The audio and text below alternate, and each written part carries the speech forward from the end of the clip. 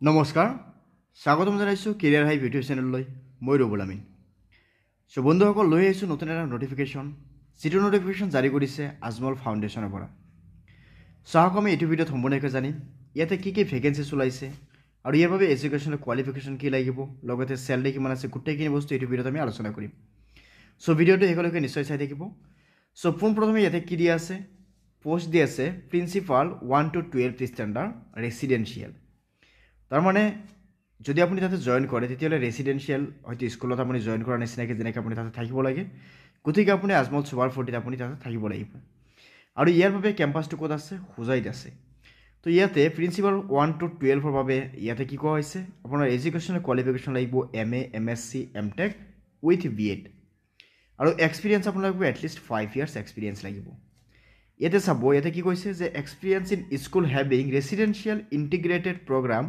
will be an added advantage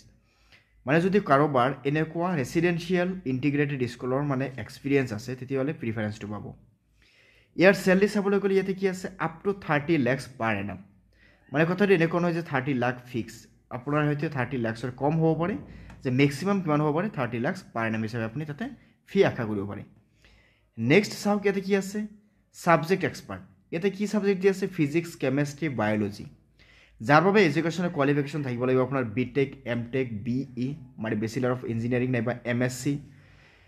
with 5 years experience ইয়াতে লগতে কি কৈছে যে 5 years experience for NEET and JEE এছপিৰেণ্টৰ টিচিঙৰ ক্ষেত্ৰত আপোনাৰ 5 years এক্সপিৰিয়েঞ্চ থাকিব লাগিব ইয়াৰ ক্ষেত্ৰত কি কৈছে চাওক special preference will be given to the candidates from IITs বা NITs যদি কোনোবা ষ্টুডেণ্ট হয়তো IIT বা NITৰ পৰা পাছ আউট হোৱা ষ্টুডেণ্ট হয়তো কেণ্ডিডেট আছে তেতিয়াহ'লে প্ৰিফাৰেঞ্চটো পাব ইয়াৰ বাবে চেলাৰী স্কেল দি আছে up to 24 lakh per Enam next কি আছে পোষ্ট হোষ্টেল ছুপাৰিণ্টেণ্ডেণ্ট ইয়াৰ বাবে এডুকেশ্যনেল কোৱালিফিকেশ্যন লাগিব post graduation in any stream আপুনি ছায়েন্স বা আৰ্টছ বা কমাৰ্চ হ'ব পাৰে কোনো সমস্যা নাই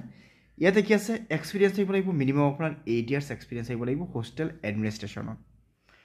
ইয়াতে কি কৈছে নেক্সট চাওক ইয়াতে কৈছে student handling the experience of 1 to 12 standard student will be an added advantage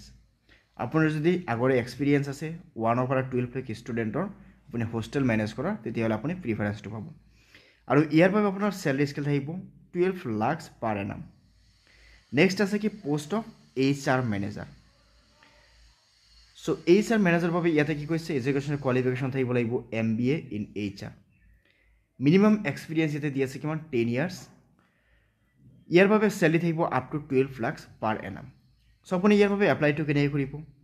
submit Euro updated CV আপোনাৰ CVটো ajmolsuper40@gmail.com আপুনি মেইল কৰিব পাৰে নেক্সট কি কৈছে ইয়াতে চাওক short listed candidate will be call for interview আৰু তাৰে পৰা আপোনাৰ কি কৰিব কেণ্ডিডেটখিনি শ্বৰ্ট লিষ্ট কৰি কিনে ইণ্টাৰভিউৰ কাৰণে মাতিব ইয়াতে কি আছে application start 18th May 2024 to ইয়াৰ লাষ্ট ডেট কিমান আছে 5th June 2024 চ' ইয়াৰ লগতে আপুনি যদি তাতে কণ্টেক্ট কৰিব বিচাৰে তেতিয়াহ'লে ইয়াতে দুটা কণ্টেক্ট নম্বৰ দি আছে আপুনি এই দুটা কণ্টেক্ট নম্বৰ ডাইৰেক্ট আপুনি কথা পাতিব পাৰিব অ'কে চ' এইটো ভিডিঅ'ত আমি আলোচনা কৰিলোঁ বা এইটো ভিডিঅ'ত আমি হয়তো নটিফিকেশ্যনটো আপোনালোকক জনাই দিলোঁ যে পদ মুকলি কৰিব হৈছে আজমল সুপাৰ 40 পৰা চ' এনেকুৱা ধৰণৰ পোষ্ট পাবলৈ বা নটিফিকেশ্যন পাবলৈ আমাৰ চেনেলটো ছাবস্ক্ৰাইব কৰক লগতে বেল আইকনটো দবাই দিব চ' আমি আকৌ লগ পাম পৰৱৰ্তী ভিডিঅ'ত ধন্যবাদ